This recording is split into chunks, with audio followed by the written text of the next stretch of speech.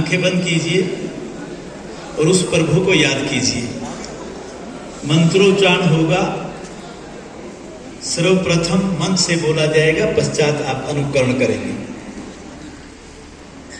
ओम सहना भवतु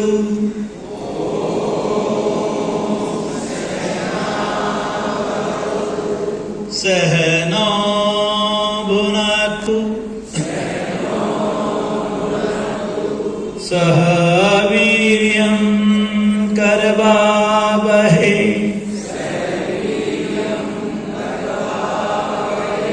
तेजस्विनावधीतमस्तु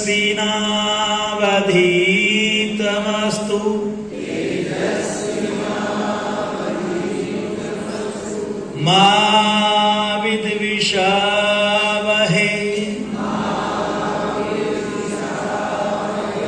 ओम शांति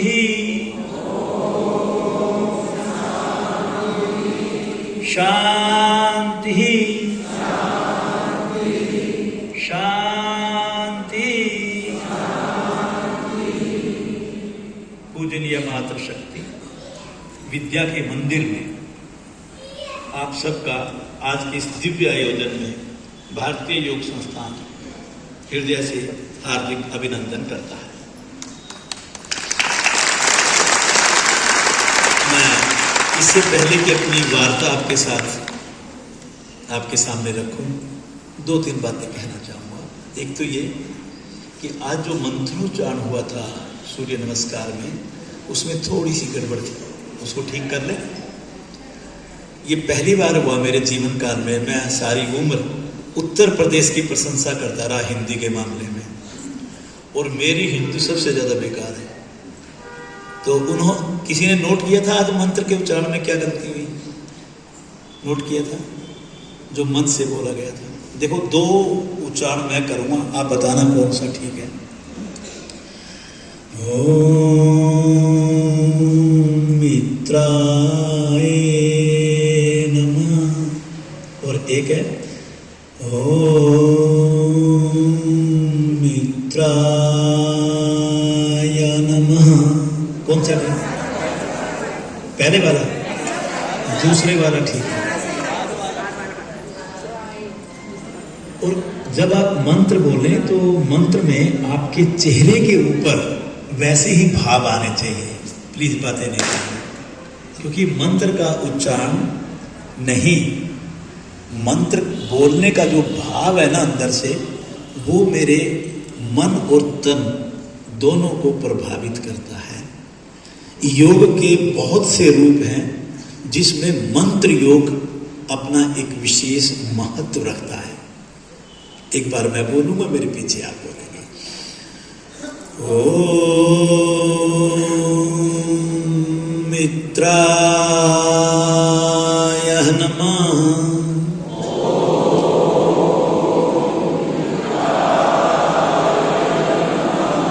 चलिए, बहुत अच्छा हो गया आपका।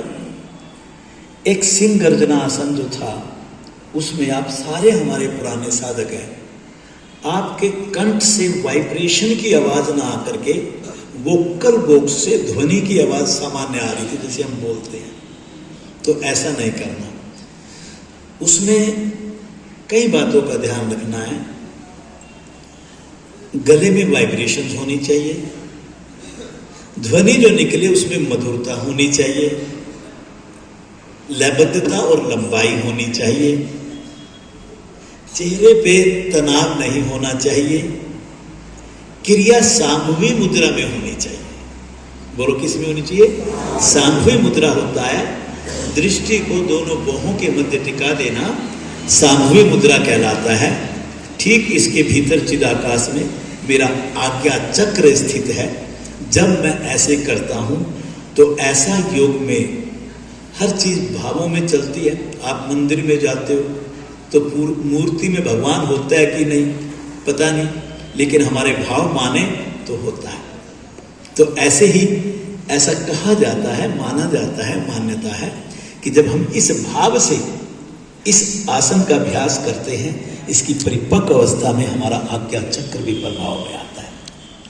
इस आसन के अभ्यास से थायराइड और पैराथायराइड ग्रंथि प्रभाव में आने से उनके हार्मोन्स स्वस्थ और अच्छे गुणात्मक और मात्रात्मक दृष्टि से अच्छे बनते हैं।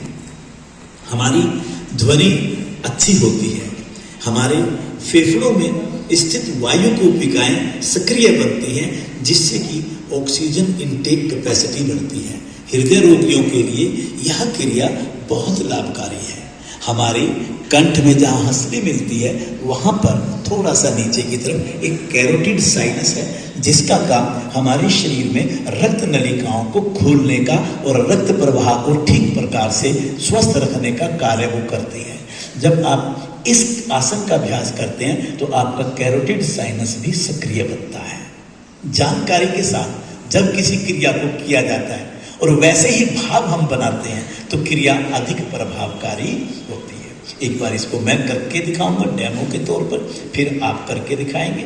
उसके बाद एक बात अपने मन की कहूँगा, ये हाथ जोड़ करके कि आप मेरी बात को अच्छे में लेंगे, नकारात्मक दृष्टिकोण से नहीं, क्योंकि हमारी संस्थान की ये प्रथा है। और फिर मैं अपनी वार्ता रखूँगा। वार्ता जितने मिनट की आप कहोगे मैं उतने मिनट में ही समेट लूँगा। आप कहेंगे जी आप 20 मिनट में करो, मैं 20 मिनट में कर दूँगा। आप कहोगे 40 मिनट में करो, मैं 40 मिनट में कर दूँगा। आप कहोगे उसी वार्ता को 60 मिनट में पूरा करो, मैं 60 मिनट में पूरा कर दूँगा। ठीक है ना? आपकी इच्छा के मुताबिक चलूँगा। एक बार पहले आप सिंह गर्जनासन का आप प्रदर्शन देखेंगे। चेहरे पर स्ट्रेस नहीं आना चाहिए। यहाँ पर आपने दृष्टि को एकाग्र करना है।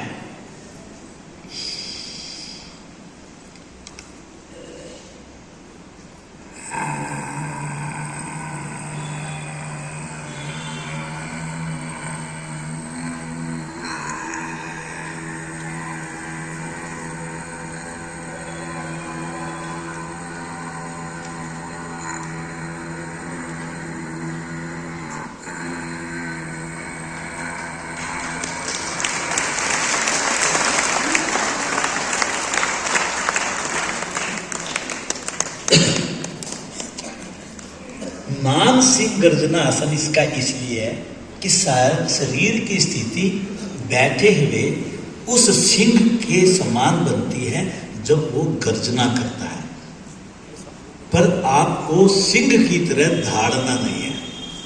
वो सिंह गर्जना आसन नहीं होता। ठीक हो गया? अब आपको बैठने की स्थिति तो बदलो मत, क्योंकि समय कम है। जीभा को अधिक से अधिक बाहर निकालें। दोनों बाहों के मध्य अपनी दृष्टि को टिका दें। गहरा लंबा श्वास भरें। मधुर और लंबी ध्वनि के साथ सिंह गर्जना प्रारंभ करें।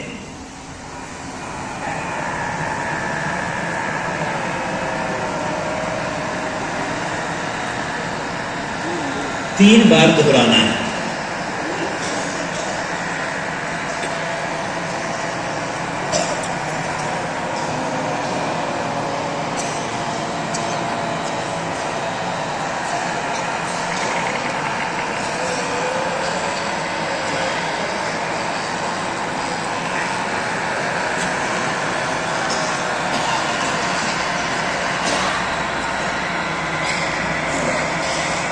वापिस आए। जो सालिवा आपका मुख में आया है उसको निगल लें और दोनों हाथों से गले की मसाज कर लें। बहुत सुंदर। आइए दूसरी बात मैं अपने मन की कम शब्दों में कह लूं। मैंने अपने जीवन काल में इतना लंबा स्वागत पहली बार देखा है।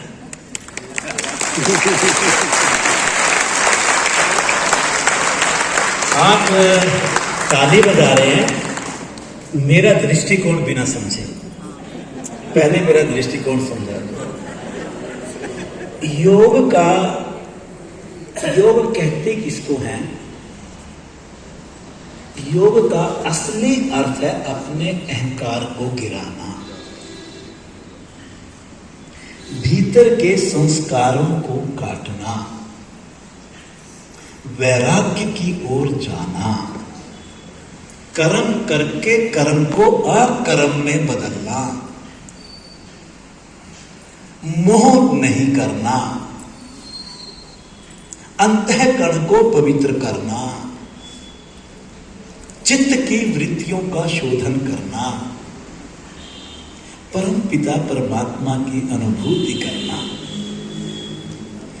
लेकिन कई बार क्या होता है, मैं इसको नकारात्मक भाव से नहीं कहूंगा, कई बार क्या होता है कि जो प्रशंसा होती है ना, वो बड़ी घातक हो जाती है। आप जिसे बाहर का समझें या आपने किसी को अतिथि के रूप में बुलाया, आप उनको जरूर उनका अभिनंदन कीजिए, लेकिन याद रखिए कि देशराज जी आपके परिवार के सदस्य हैं, उनको आपसे दुशाला और दुपट्टा पहनने की आवश्यकता नहीं होनी चाहिए। अगर आज आपने मुझे दुशाला या दुपट्टा पहना दिया तो आप फंस जाएंगे। आप कैसे फंसेंगे? आपको जिंदगी भर मुझे दुशाला और दुपट्टा देना पड़ेगा। जिस बार भी आप नहीं देंगे मुझे चोट पहुंचेगी, मेरा अहंकार मुझे कहेगा देखो इन्होंने पिछली बार मुझे एक दुशाला उड़ाया था, आज इस बार मुझे दुशाला नहीं उड़ाया। मेरी बात समझ में? हमारे यहाँ अगर फिर आप कहोगे नहीं जी आप तो ऑल इंडिया प्रधान हैं और वरिष्ठ अधिकारी हैं, तो अगर हम आपका स्वागत नहीं करेंगे तो ये तो अच्छी बात नहीं है। कर लीजिए। कैसे करेंगे? आप एक फूल की 2 पत्तियां मेरे हाथ पर रख दीजिए और एक आप मेरे मस्तक पर तिलक लगा दीजिए, क्योंकि मुझे याद है जब मैं घर से बाहर जाता था मेरी माँ भी मुझे तिलक लगाया करती थी, तो यहाँ भी मेरी माँ है, ये मुझे तिलक लगाएंगे तो मुझे अच्छा लगेगा। लेकिन मैं समझता हूँ इससे ज्यादा नहीं। आज तो मुझे ऐसा लगा कि बुरा नहीं मानना, जैसे मैं किसी राजनीतिक मंच पे आ गया। ये मैंने जब से मैंने संस्थान का काम देख रहा हूँ 20 साल में पहली बार मेरी फीलिंग गई है। ये मैं सोचता रह गया कि ये क्या हो रहा है। तो अब मैं बार बार कह रहा हूँ, मेरी बात का बुरा नहीं मानेंगे, जाने अनजाने में ये बातें होती हैं।